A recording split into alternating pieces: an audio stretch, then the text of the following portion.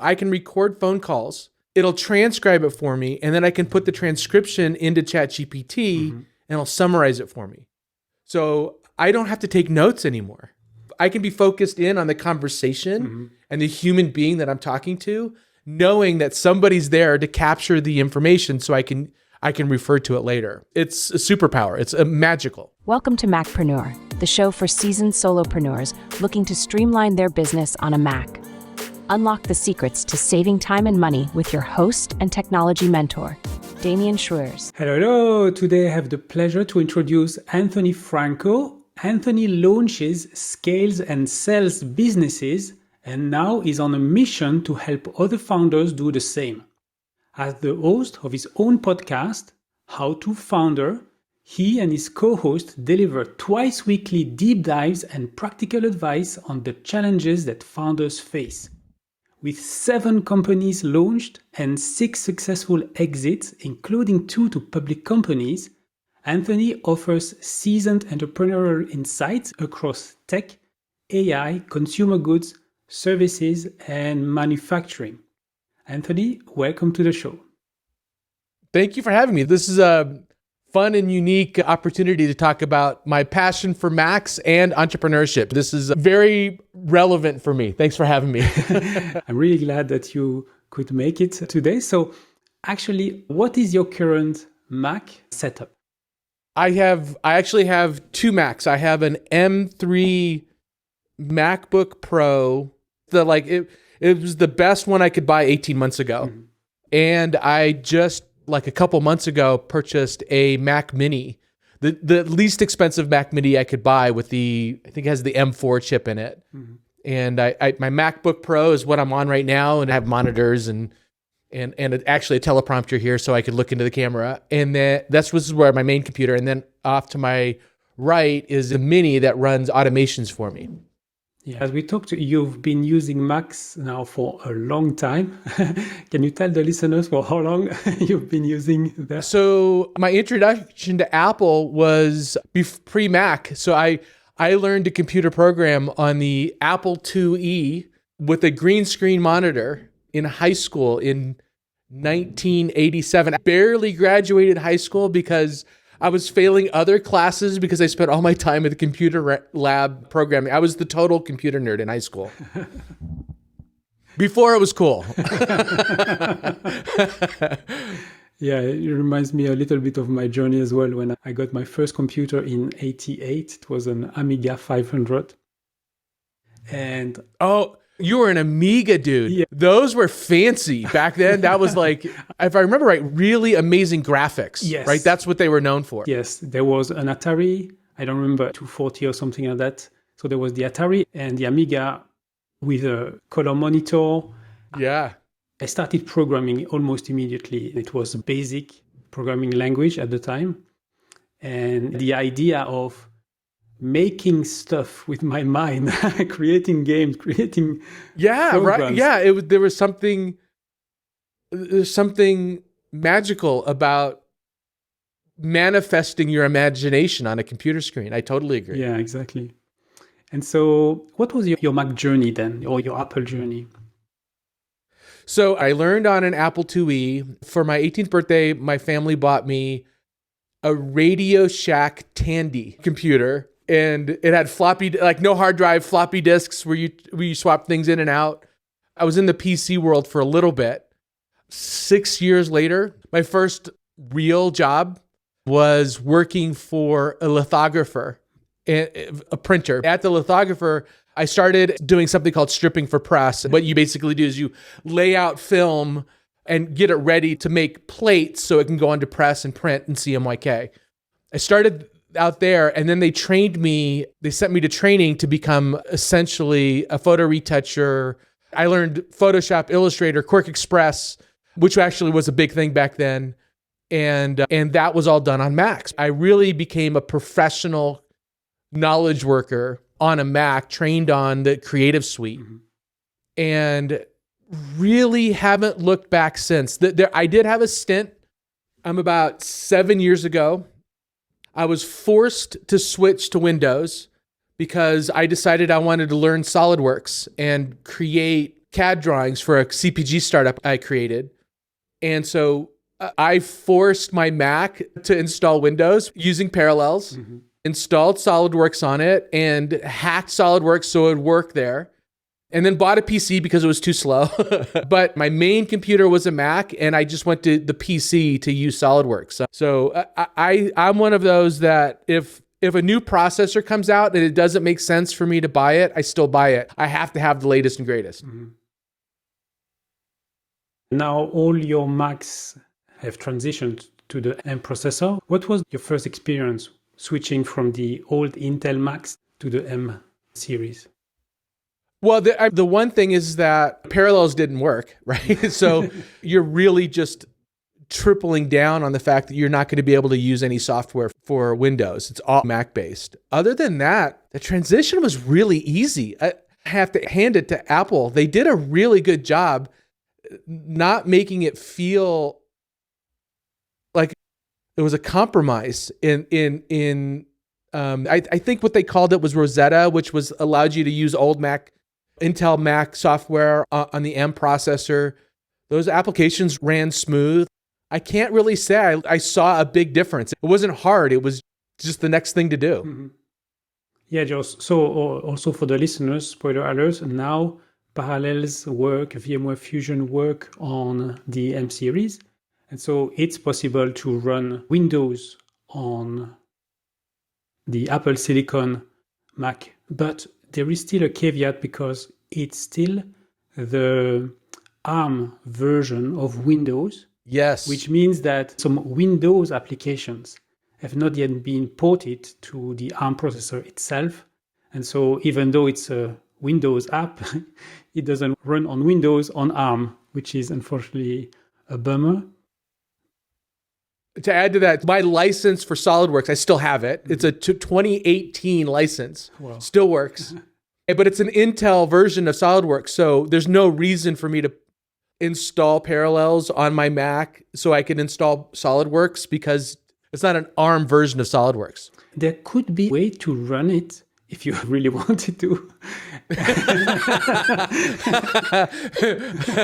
Yeah, maybe I'll nerd out on it one weekend to get it installed and see if it works. But what I wanted to say is that at the time of recording, crossover 25 just got out and it runs on Apple Silicon.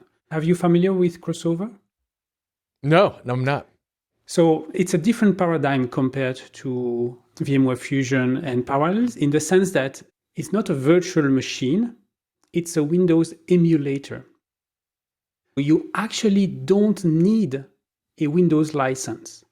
When you install crossover, it will create what are called bottles. It's all the basic components required for Windows applications to work, and you just install the exe file, right? You run the install.exe, it installs into these bottles, or this bottle you create as many bottles as you want, and that's why it's called wine actually. Or maybe it's called bottles because behind the scene the technology is called wine. And yeah, if you go to codeweavers.com, that's where crossover is developed. And yeah, I'm looking at it. So you've kicked in my ADHD, and now I'm looking at it while I'm on a podcast. But yeah, this is cool. This is great.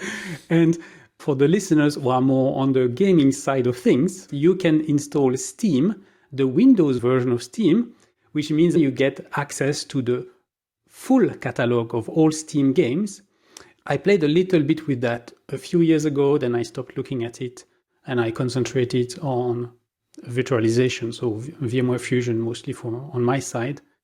But yeah, now with version 25, I'm interested to look at it again because every time they have new versions, they improve the compatibility. I'm curious. I don't find myself needing PC software anymore. So curious what you use.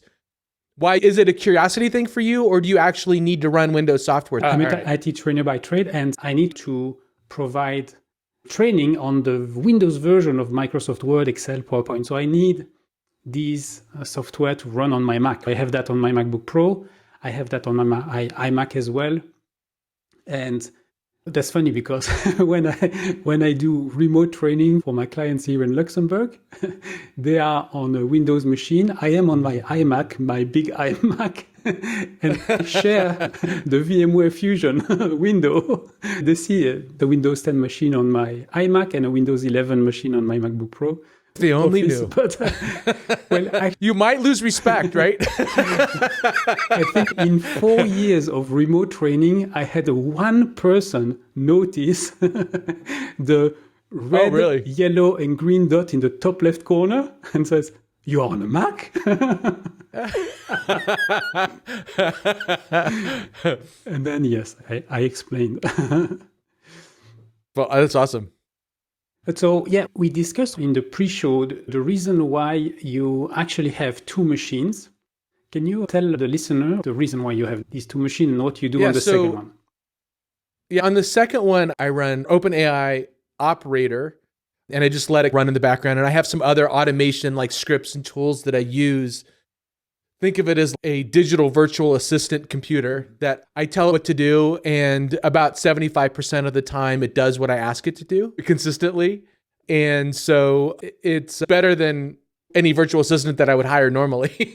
And I think you asked me in the pre-show, why don't I have it on my main computer? It's because I want my main computer to be dedicated to the work that I'm doing. It's almost like I have an employee sitting next to me that I can check in on their work, and it doesn't distract me from the things that I need to be focused on.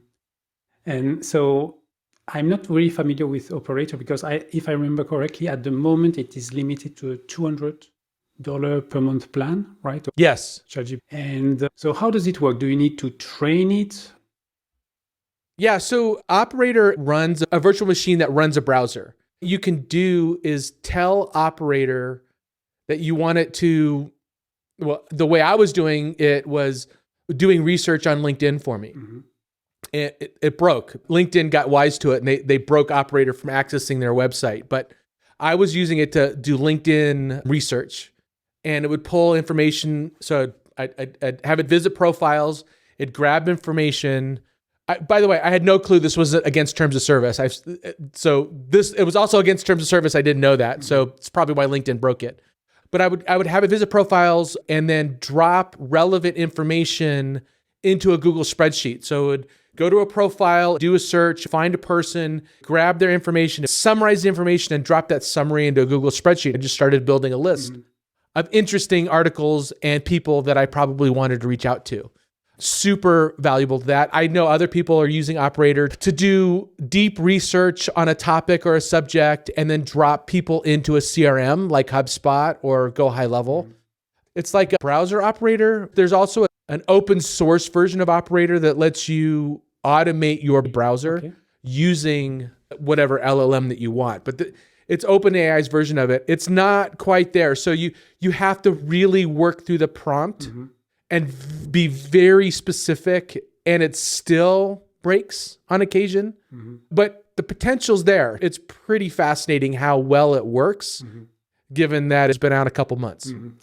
Yes. I'm curious to see how it will evolve. The idea of having an independent AI agent operating the computer, because I think that's the next frontier. It is possible nowadays to automate research because now with my Plus plan, I have access to the deep research button. Which is fantastic. Exactly. Deep research is fantastic. Yeah. It's not just about doing research, it's about actually taking action on the information, right? That's what Operator's about. Yeah. And I think there's going to be an interesting game of whack-a-mole. The problem that I had with LinkedIn, using automation on LinkedIn is they don't like that. So they stopped Operator from being able to do that. But how are they going to stop you from automating your computer to do it? Yeah. Yeah. So that will be, because now they can recognize that it's the Operator browser that is accessing them. But yeah. It's that. And I think it's also a virtual machine, right? So it's probably OpenAI's IP addresses, right? Yeah, you're right. If Operator is able to actually simulate clicks as if you had clicked in Google Chrome or whatever browser from your computer, LinkedIn cannot tell. For them, it's you. It's your IP address. Exactly right. Yeah. The way LinkedIn does it, if you guys are looking to automate LinkedIn, it's really hard to navigate and do that correctly without getting flagged. Mm-hmm. One of the ways LinkedIn does it is if your virtual assistant is accessing LinkedIn and you're on your phone accessing LinkedIn, mm-hmm. It goes, wait a minute. That's how I was caught, actually. I was warned, hey, you're going against terms of service, is because I was on my phone and it popped up. It was like, you're accessing LinkedIn in two different areas. Stop it or you're going to get banned. Like, oh, no. So I stopped it. Mm-hmm. Then it closed it down anyway with Operator. But yeah, that's one way. Mm-hmm. And also they look at IP addresses. It's crazy. Anyway, that's not what this show's about. But, but be careful when you do that. Yeah, so actually, let's continue to the next section of the show, which would be Mac applications. Doesn't matter if they are from Apple or third-party developers, but which Mac apps do you rely upon for your business? It's funny. It's Chrome. Okay. Like the thing that is open all the time is Chrome. I'm a solopreneur that has my hands in a bunch of different little things. Mm-hmm. I don't have one business that I'm operating in. I'm a M&A advisor. I help companies exit. I'm a consultant. I help companies launch. I'm working with a company right now to develop a process methodology for the age of AI called Wiser. For each of those things that I'm doing, I have my own Chrome profile, my own email address. So I literally have 6 different Chrome windows open mm-hmm. for one of the things that I'm working on at a time. So that's my main go-to. My hobby app is Illustrator. Okay. I love Adobe Illustrator. I'm good in the creative suite, but Adobe Illustrator is like the thing that I need. When I need to get away from the chaos, I open up Illustrator and create a logo or something. That's the place. That's the cathartic place for me. And the one utility that I absolutely love is a tool called Rambox, Rambox. Because I have all kinds of different clients and each has their own messaging platform. So I have to be on Teams, WhatsApp, Slack, and different channels of each mm-hmm. for different companies. I don't want to have Teams, WhatsApp, Slack, all those, and my iMessages all open at the same time. Rambox consolidates all of those messaging platforms into one window on my Mac. It's really smooth. It's free. They have a pro version. I have no idea what you get with the pro version, but with Chrome, that's the thing that's always running on my Mac. Mm-hmm. I've duplicated a similar feature with another tool called Web Catalog. It's not meant for communication software. The main purpose of Web Catalog is to turn websites into Mac applications, but with a twist. You can do that today with Safari. You can do that with Chrome, with Edge. So it's a feature that other tools have duplicated. But what I really like about Web Catalog is that you can create basically mini apps which have multiple websites connected to it. And the icons for the different web apps is on the left, which for me makes sense because my Mac dock is on the left. The only drawback is that it's a version of Chromium, so it's like Chrome, but with their own wrapper around Chromium. The issue is that it does not support extensions, so I can't use those. That's a problem. But the main advantage for me is I create my mini workspaces, and each window contains the apps or the web services that I need. So I have one that I call Social Time, and it has Discord, it has Instagram, Facebook, a bunch of LinkedIn, and then I have one for BNI, Business Network International. I have all those things related to BNI in that app. And what is nice with Web Catalog is that when you create a collection of web apps, you can tell it whether you want to share the credentials or not, right? So if you want to create, if I wanted to create a dedicated Google, and I have actually created my EasyTech Google app. I told in Web Catalog for that app, reuse the same username and password, or basically the same Google account in this case, for all the apps. So I need to log it only once, and then I create a separate mini icon for calendar, for Google Drive, for Google Contacts. And what is also nice with Web Catalog is, let's say I am in Google Drive, I search for a file. When I right-click to open the Google Docs, I can say open in separate window or open it in the Google Docs mini app that I have in the same workspace. Also, I'm looking at their website right now. They have a Rambox competitor called Singlebox. Ah. This looks cool. I'm learning stuff too. This is awesome. I wanted to come back to Illustrator.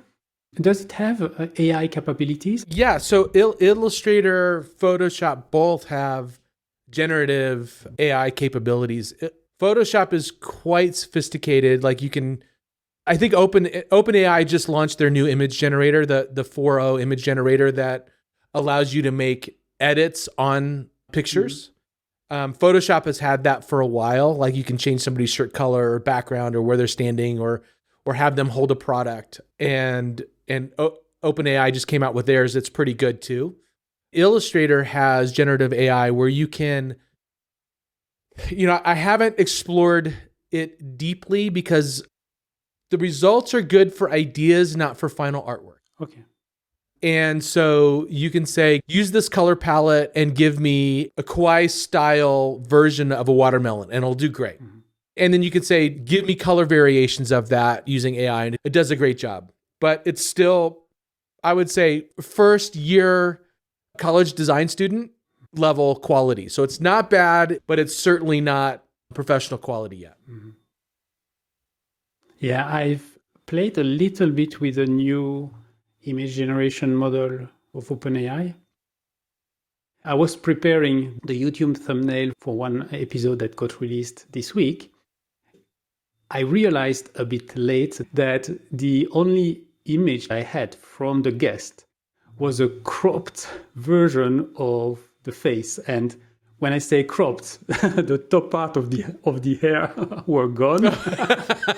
And it was cropped at the bottom of the neck. Asked the guest a bit late, that's my fault, but to have a better version. In the end, the good news is she finally gave me a proper one, so that was okay. But in the meantime, I gave the picture that I had to GPT-4o, and I asked, can you extend that picture, so the hair and the bottom part? And I was impressed, actually, of how good of a job it did. Now, I couldn't reuse the image because it was not exactly the... So you could see like maybe they are sisters, maybe they are twins, but... Yeah, Photoshop's been able to do that for almost a year very effectively. Wow. Yeah, so Photoshop, I've had that exact same problem for my podcast. Photoshop crushed it. Like 3 seconds, it had the top of the head and shoulders figured out. Background was great. Mm-hmm. It did it in seconds. Yeah. It's been that way for about a year. What GPT-4o does is it's recreating a new image. It's trying to take the subject and recreate the subject.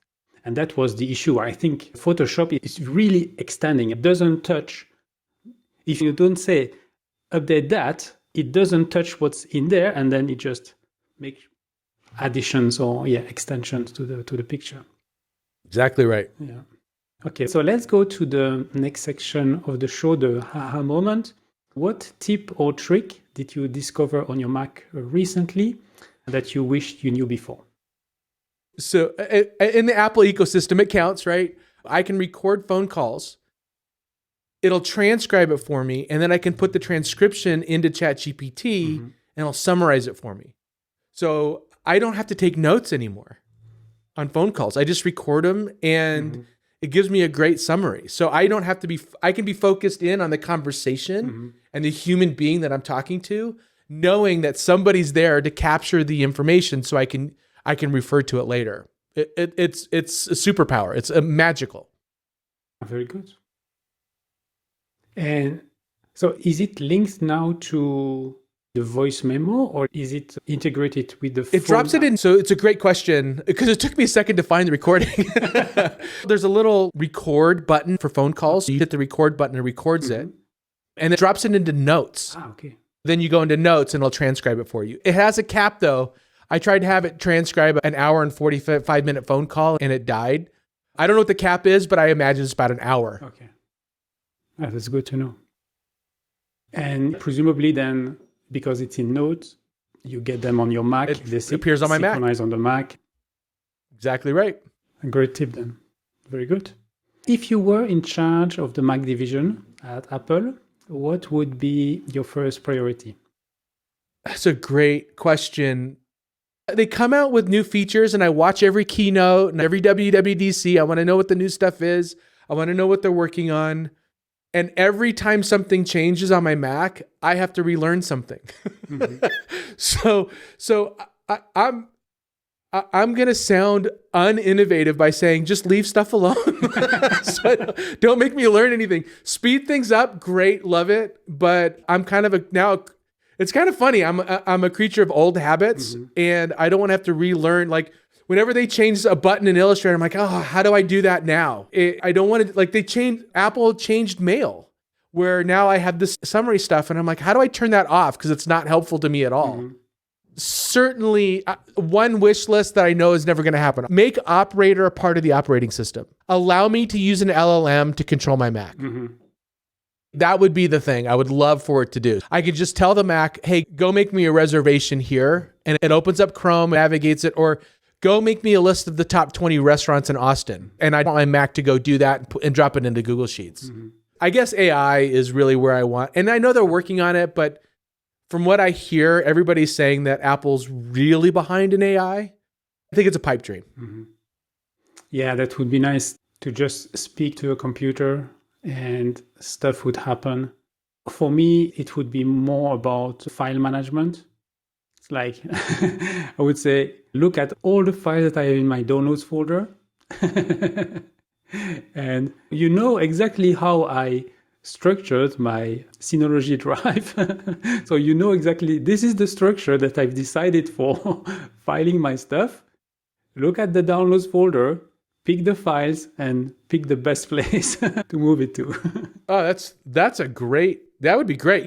Help automate the things, the busy work, right? Yeah. Help me automate the busy work. Yeah, exactly. Yeah. Where can people find you online? LinkedIn is the best place to find me. I'm Anthony Franco on LinkedIn. I am also on X. My podcast is called How To Founder. Just go to howtofounder.com and you can follow that podcast on YouTube and Apple and Spotify and all of the major podcast episodes. Yeah, I will put a link to your social media platforms and also to your podcast in the show notes. Amazing. Thank you. Yes, thank you for being a guest on Macpreneur podcast today. Thank you for having me. I feel like I'm supposed to be teaching more or giving more tips than I'm getting, but I feel like I should have been watching this episode, not participating in it. You had a lot of great tips for me. Yeah, that's usually it's a give and take kind of episode. Yeah. Very good. So if like Anthony, you would like to share how you are using your Mac to run your solopreneur business, it's simple. Just visit macpreneur.com/apply. If you are already on Podmatch, click on the button and you will land on the show profile. Otherwise, fill the application form and I will get back to you within a few days. Once again, it's macpreneur.com/apply. In the comments below, please share your main takeaway from this episode. And if not done yet, please subscribe to my channel so you will get automatically more helpful tips on how to run your business on your Mac. And until next time, I'm Damien Schreurs, wishing you a great day. Thank you for watching the Macpreneur podcast. If you've enjoyed the show, please leave a comment and share it with a friend right now.